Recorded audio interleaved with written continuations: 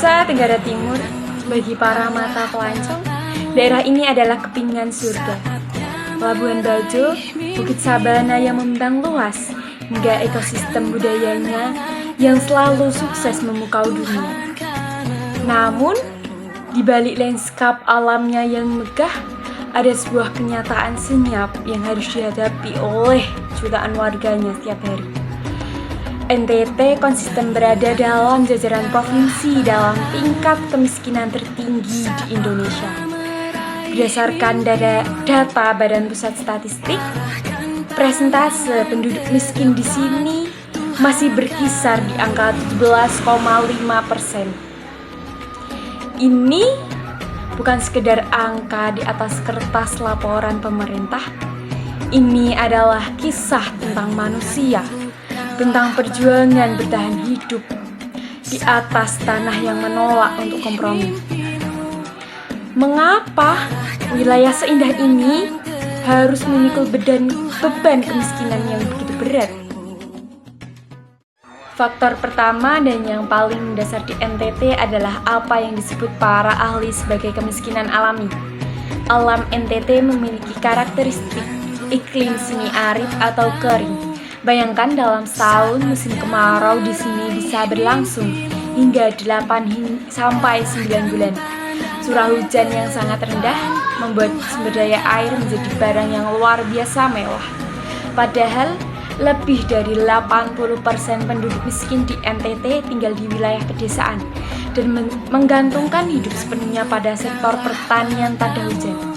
Ketika musim kering melanda, tanah-tanah mengeras, sumur-sumur mengering, dan ladang tidak bisa ditanami.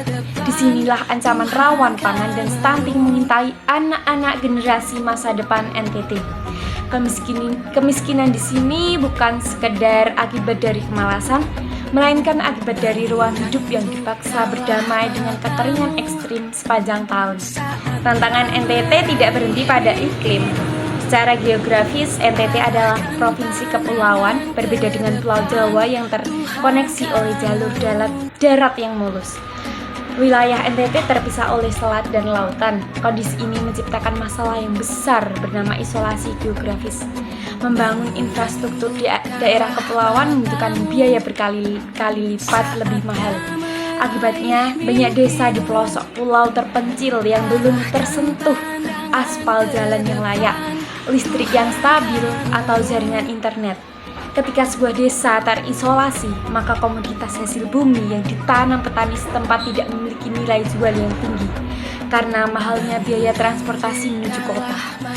Mereka terkunci dalam lingkaran distribusi yang merugikan, membuat roda perekonomian daerah pinggiran bergerak sangat lambat.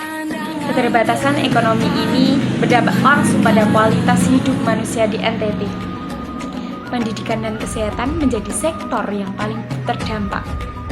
Banyak fasilitas kesehatan di tingkat kecamatan yang kekurangan tenaga medis dan obat-obatan dasar. Warga di pedalaman bahkan harus ditandu, berjalan kaki berjam-jam, melewati perbukitan hanya untuk mencapai fasilitas kesehatan terdekat ketika hendak melahirkan atau berobat. Di sisi lain, angka putus sekolah menjadi momok ketika keluarga kesulitan membeli beras.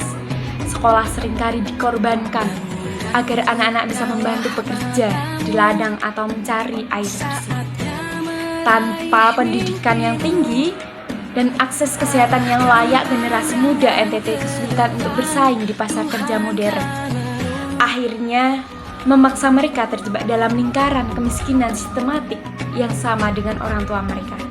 Melihat kemiskinan di Nusa Tenggara Timur adalah pengingat bagi kita semua bahwa pembangunan di Indonesia belum sepenuhnya merata.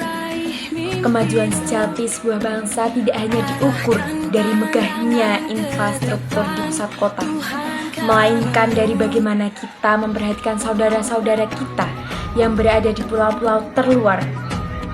Menatap NTT hari ini adalah sebuah ajakan untuk kita peduli, ikut mengulurkan tangan dan memastikan bahwa anak-anak di tanah kering itu memiliki hak yang sama untuk bermimpi setinggi langit. Karena dari timur Indonesia, matahari terbit membawa harapan baru. Saya Saika Putri Aristia, mari bersama-sama melangkah untuk Indonesia yang lebih inklusif dan sejahtera. Terima kasih.